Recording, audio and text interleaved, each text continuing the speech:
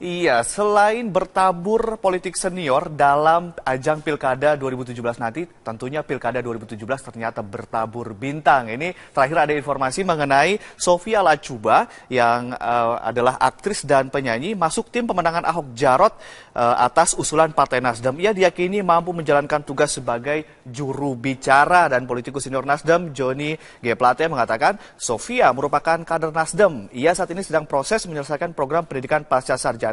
Menimbang kelebihan-kelebihan, Nasdem percaya Sophia mampu menjalankan tugas di tim pemenangan. Dan tentunya bukan hanya masalah Sophia Latjuba yang ada di Nasdem, tapi kalau kita lihat pasangan-pasangan lainnya juga punya artis-artis atau orang-orang terkenal yang juga menjadi juru bicara. Seperti untuk selain Ahok Jarot, ada Agus Silvi yang memiliki juru bicara seperti Riko Rustombi, Ihsan Mojo, ada juga Rahlan Nasidik.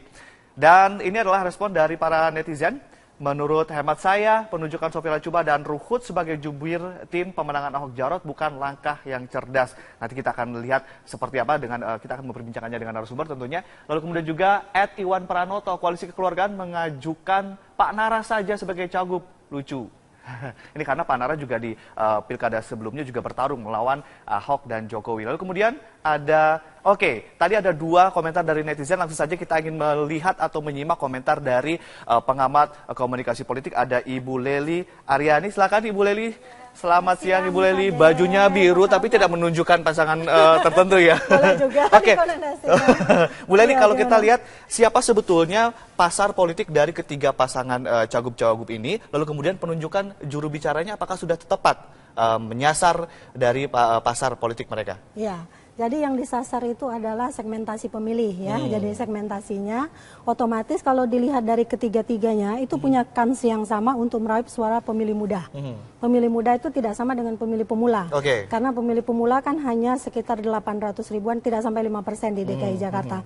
Tapi pemilih muda dan pemilih perempuan itu potensial di atas 40%. Dari total semua pemilih. Nah, ini adalah pasar potensial yang akan digodok.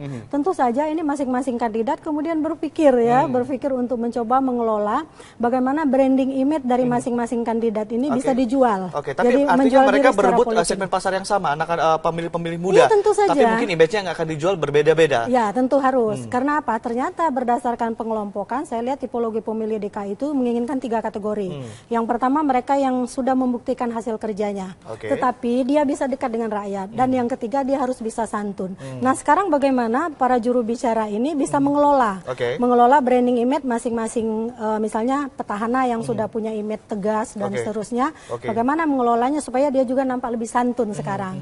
Nah, ini dibutuhkan menurut saya bagaimana juru bicara itu mencoba mengemas figur yang akan dijual tadi ke dalam kelompok yang ingin disasar. Nah, sekarang sudah sesuaikah Bu Leli apa yang kemudian juru bicara yang mereka tunjuk oleh cagup-cagup ini sudah sesuaikan dengan apakah namanya sesuai dengan segmentasi mereka ini? Jadi target politik yang ingin disasar sesuai segmentasi tadi itu kan tidak hanya satu nanti juru bicaranya, pasti akan banyak menurut saya, tergantung kemana mereka akan menyasar. Tentu saja pada kelompok ulama itu akan berbeda ini juru bicaranya, dan ini menurut saya sesuatu yang sangat menarik yang akan dikelola di Pilkada DKI saat ini. Bu Leli, sekarang kan yang namanya marketing sudah masuk era digital, termasuk dalam marketing politik. Masih relevankah kemudian masih menggunakan jubir, kemudian juga orang-orang terkenal, kan bisa pakai buzzer sekarang lewat Twitter atau lewat akun sosial media yang lain? Iya, jadi kalau dilihat dari positioning mereka, tentu saja target politik itu kan harus dikemas, harus dijual.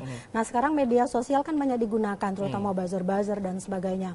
Dan jangan lupa bahwa para pemilih pemula dan muda itu terutama tidak mendapatkan sosialisasi itu dari partai politik dan KPU lebih banyak, tapi dari media sosial. Dari media sosial. Menurut saya juru bicara itu tidak hanya harus bicara secara verbal, tapi juga bisa mengelola bagaimana media sosial itu dikemas misalnya dengan berbagai argumentasi mereka yang menunjukkan bahwa mereka adalah juru bicara ini yang tengah menjual ini. Karena walau bagaimanapun mereka adalah memiliki nilai berita yang tinggi, begitu makanya akan diperbincangkan oleh media itu sendiri. Kan pertarungan seru sekali, semuanya muda loh kandidat ini.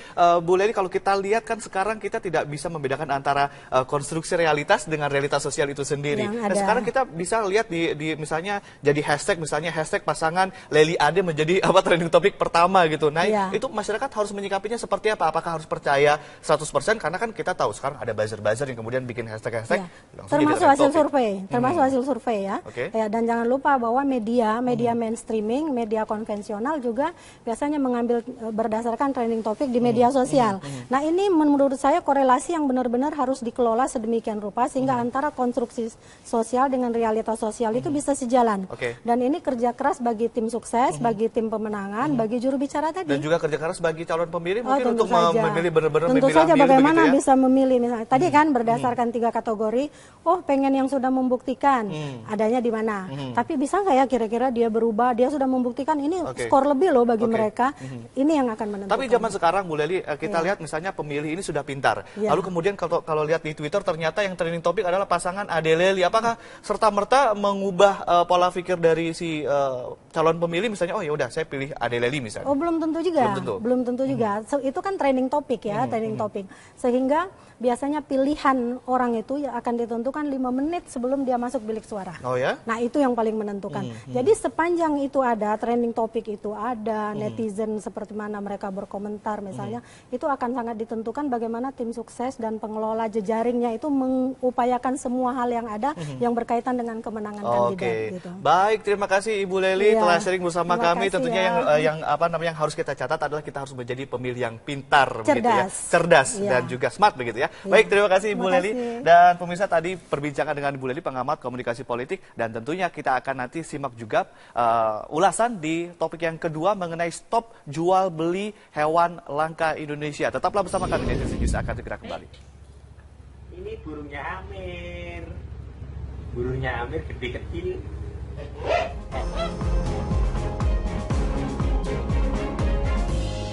Pemirsa, tim pemenangan pasangan Ahok Jarot telah resmi diserahkan ke KPU DKI sebagai salah satu syarat kelengkapan berkas pasangan calon. Sejumlah nama kondang masuk dalam susunan struktur tim pemenangan Ahok Jarot, termasuk beberapa relawan Joko Widodo pada Pilpres 2014 silam. Selebriti kondang Sofia Lachuba masuk dalam tim pemenangan Ahok Jarot sebagai juru bicara tim pemenangan. Sofia sebelumnya memang dikenal sebagai pendukung Ahok dan sempat memasang foto di Instagram miliknya saat menyerahkan KTP sebagai teman Ahok. Selain itu, kader vokal Partai Demokrat Ruhut Sitompul yang terancam sanksi dari partainya justru menjabat sebagai juru bicara tim pemenangan Ahok Jarot. Sekretaris tim pemenangan Ahok Jarot, TB Aceh Hasan Syadzili, menilai siapapun yang mendukung Ahok Jarot layak masuk dalam struktur tim pemenangan. Ya, semakin banyak masyarakat yang memberikan dukungan kepada pasangan Ahok Jarot, tentu semakin baik buat tim pemenangan Ahok Jarot. Calon Gubernur DKI Jakarta Basuki Cahayapurnama mengaku tidak ikut campur dalam proses pembentukan tim kampanye. Penunjukan Ruhut Sitompul dan Sofia Lachuba sebagai juru bicara tim pemenangan Ahok Jarot merupakan gagasan dari salah satu partai pendukung. Saya nggak ikutin tim, saya cuma tanda tangan. Semua yang nyusun tuh mereka. Saya ya ikut aja lah mereka maunya gimana. Tapi kalau saya intervensi, saya cuma bilang teman Ahok yang punya hak untuk jual merchandise, atau mau ngatur waktu, semua di teman Ahok. Gitu. Dengan masuknya figur dari politisi dan selebritis kondang yang sudah dikenal publik, diharapkan bisa menjadikan visi dan misi tim pemenangan Ahok Jarot menjadi lebih baik. Tim Liputan Metro TV. Tim pemenangan pasangan Ahok Jarot telah resmi diserahkan ke KPUD DKI sebagai salah satu syarat kelengkapan berkas pasangan calon. Sejumlah nama kondang masuk dalam susunan struktur tim pemenangan Ahok Jarot, termasuk beberapa relawan Joko Widodo dalam Pilpres 2014 silam. Beberapa nama relawan tim sukses Joko Widodo diantaranya adalah Michael Umbas yang merupakan pendiri komunikasi arus bawah Jokowi. Ada lagi nama Dono Prasetyo yang menjabat sebagai wakil ketua tim pemenangan Ahok Jarot. Dono sebelumnya merupakan sekjen Seknas Jokowi pada Pilpres 2014 silam. Sementara itu sejumlah nama kondang yang masuk dalam pemenangan Ahok Jarot, diantaranya mantan tokoh Partai Kebangkitan Bangsa Effendi Hoiri atau yang dikenal dengan Gus Coy, yang menjabat sebagai Dewan Pengarah tim pemenangan. Selebriti kawakan Sophia Latjuba pun juga tercatat sebagai juru bicara tim pemenangan Ahok Jarot.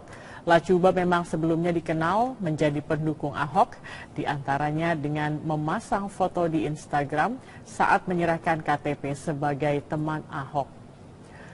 Selain itu ada kader vokal Partai Demokrat Ruhut Sitompul yang meski terancam sanksi dari partainya, Ruhut justru menjabat sebagai juru bicara tim pemenangan Ahok Jarot.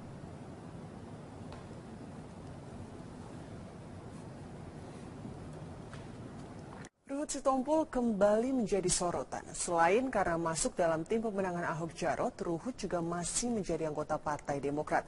Inilah yang kemudian membuat geram Partai Demokrat yang mengusung Agus Silviana. Ada apa dengan Ruhut Sitompul? Ada Anggi Hasibuan yang akan mengulasnya malam ini untuk Anda. Anggi, silahkan.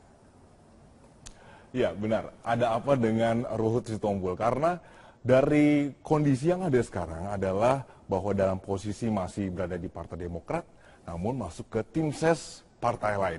Kita akan mengulasnya malam hari ini dengan melihat dulu bagaimana sepak terjang Ruhut Sitompul dimulai dari dulu masuk di kader Golkar, kemudian pindah ke Demokrat, dan dilanjutkan menang 2 kali, ini ada 2009 sama 2014, ini menjadi anggota DPR, kemudian juga selama itu akhirnya dikenal sebagai jubir Demokrat, dan juga kerap mendukung atau membela keluarga SBY, atau juga ada isu-isu tentang SBY, jubir atau misal Ruhut ini adalah yang paling depan. Kemudian juga sempat dulu menjadi kontroversi karena sempat mendukung Jokowi JK di Pilpres, dan kemudian akhirnya karena dianggap terlalu berlawanan dengan arah partai, maka akhirnya Agustus kemarin ini dinonaktifkan dari posisi jubir.